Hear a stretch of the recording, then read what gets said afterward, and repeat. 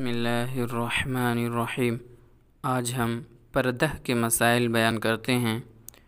ایک مرد دوسرے مرد کے ہر حصے بدن کی طرف نظر کر سکتا ہے، علاوہ ان اعضاء کے جن کا چھپانا ضروری ہے، یعنی ناف کے نیچے سے گھٹنے کے نیچے تک اس حصے بدن کا چھپانا فرض ہے۔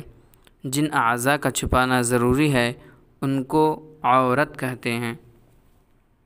عورت کا عورت کو دیکھنا، اس کا وہی حکم ہے جو مرد کو مرد کی طرف نظر کرنے کا ہے، یعنی ناف کے نیچے سے گھٹنے تک نہیں دیکھ سکتی، باقی اعضاء کی طرف نظر کر سکتی ہے۔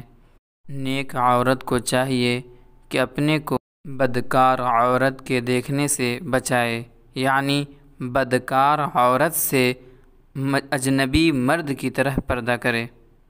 مرد کا عورت کو دیکھنا، اس کی کئی صورتیں ہیں۔ پہلی صورت ہے مرد کا اپنی بیوی کو دیکھنا۔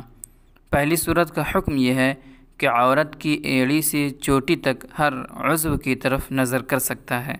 دوسری صورت ہے مرد کا اپنے محارم کی طرف نظر کرنا۔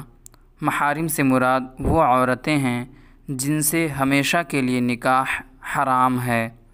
مرد اپنے محارم کے سر، سینہ، پنڈلی، بازو، کلائی، گردن اور قدم کی طرف نظر کر سکتا ہے۔ پیٹ، پیٹھ اور ران کی طرف نظر کرنا ناجائز ہے۔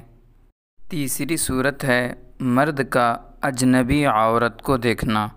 مرد اجنبی عورت کے چہرہ اور ہتھیلی کی طرف نظر کر سکتا ہے۔ اجنبی عورت کے چہرے کی طرف اگرچہ نظر جائز ہے، مگر یہ زمانہ فتنہ کا ہے، اس لیے روکا جائے گا۔